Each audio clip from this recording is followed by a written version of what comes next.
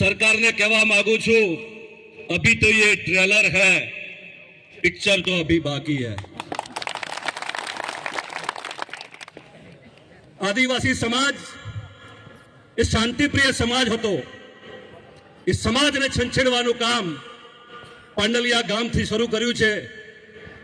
ત્યારે હું કહેવા માંગુ છું કે પ્લાન્ટેશનના નામે તો પીવાના પાણીની સુવિધા નથી, તો કઈ રીતે પ્લાન્ટેશન થાય? કે સિંચાઈની સુવિધા નથી, તો કઈ રીતે પ્લાન્ટેશન થાય? આ આદિવાસી સમાજ ઉપર એક પગલું એવું ભર્યું છે કે જો આદિવાસીઓનો અવાજ અહીંથી દબાવી દઈશું તો સમગ્ર અંબાજીને અમારા ગામ સુધી આદિવાસીઓ પોતાનો અવાજ રજૂ કરી શકે નહીં।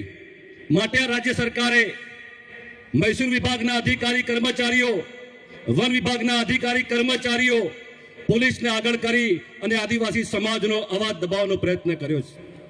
માટે રાજ્ય સરકારને કહેવા માંગુ છું કે ધરણા પ્રદર્શનથી અમને જો ન્યાય મળતો હોય તો ખૂબ સારી બાબત છે, બાકી અંબાજીથી ઉમરગામ નહીં સમગ્ર દેશની અંદર આનો પડઘો પડશે અને કાયદો અને વ્યવસ્થાની પરિસ્થિતિ કથળશે, તેની જવાબદારી પણ રાજ્ય સરકારની રહેશે। આ આદિવાસી સમાજ એવો સમાજ છે કે બિરસા મુંડા આપણા આદિવાસી સમાજના ભગવાન જળ જંગલ જમીનનું હનન કરતા કરતા શહીદ થઈ ગયા હતા। એના આપણે વંશજો છે, આપણે ડરવાનું નથી। राज्य सरकार अंबाजी थी उमरगाम पाडलियानी वात होय, अंबाजी गामनी वात होय, अमरा बिलोड़ा तालुकाना मसोता पालनानी जाजरीनी वात होय, शामळाजी आजूबाजू विस्तारनी वात होय, दाहोदनी वात होय, स्टेच्यू ऑफ यूनिटीनी वात होय, डांग सापुतारानी वात होय, समग्र अंबाजी थी उमरगाम आदिवासी विस्तारनी अंदर जल जंगल जमीन हनन करवानुं काम आ भारतीय जनता पार्टीना सरकारना इशारे थई रह्युं छे।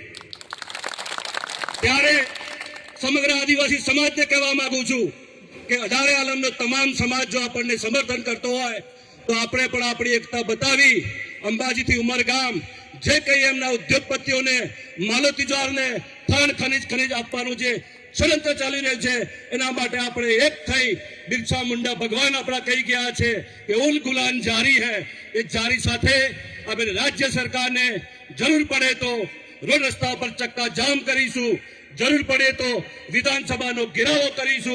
अमारे आदिवासी समाज की संस्कृति तमे जाणो छो,